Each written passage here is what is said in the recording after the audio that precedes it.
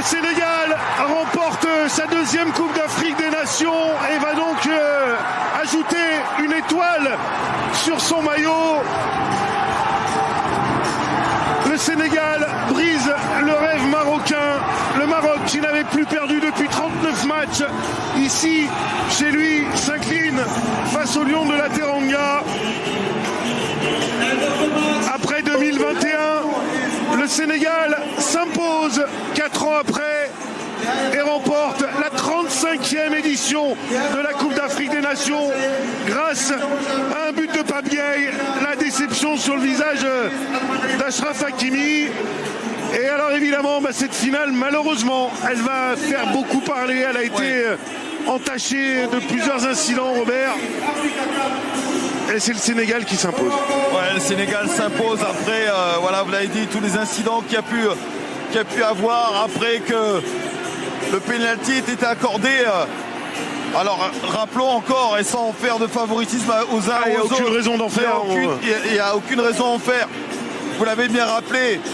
Oui, il y avait un duel entre Achraf Hakimi et puis alors j'ai oublié de pardon, le but aurait dû être certainement dû être validé.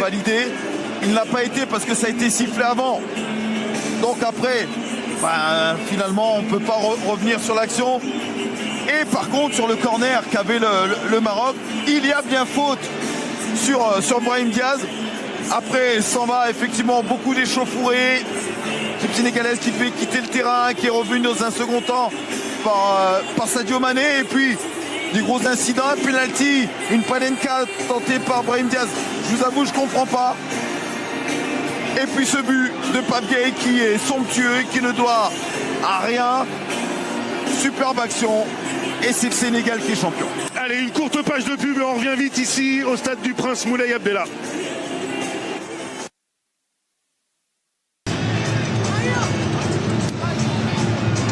C'est le football ce soir qui pleure avec Achraf Hakimi.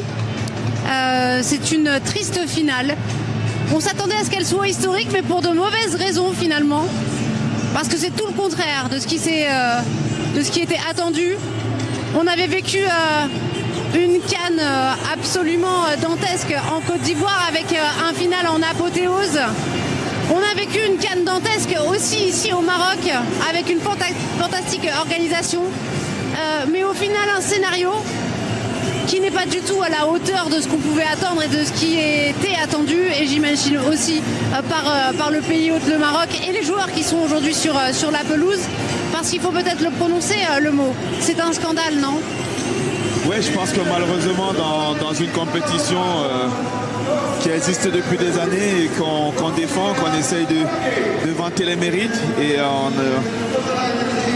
on a même dit que cette compétition avait vachement progressé, on avait vu du progrès, et malheureusement dans cette finale c'est clair qu'on va que retenir ce scandale, on va dire, hein. Vanessa, on peut clairement le dire, c'est des images qu'on n'aimerait pas voir, c'est des images qui vont rester à vie, et puis encore une fois de plus la CAN va faire parler d'elle, mais dans le mauvais sens. Ça vient entacher, hein, Jawad, évidemment tout ce qui a été fait sur le terrain par les joueurs marocains, à la fois aujourd'hui mais aussi durant cette Coupe d'Afrique des Nations. Aujourd'hui on a la déception, hein, des joueurs évidemment, parce qu'ils échouent à obtenir ce trône de meilleure équipe africaine, cette Coupe d'Afrique des Nations. Mais j'imagine que toi, ta déception est aussi à la hauteur de ce qui s'est passé ce soir. Bien sûr, il y a une déception, hein. C'est un petit peu dommage que la fin de match, ça part un petit peu dans tous les sens. Et voilà, tout le monde sort du match, l'arbitre, on le sent aussi un petit peu oui, mais parce dépassé. Que c'est de ça dont on parle. Et c'est un petit peu dommage. C'est de ça dont on parle. Jusqu'à maintenant, c'est plutôt bien passé.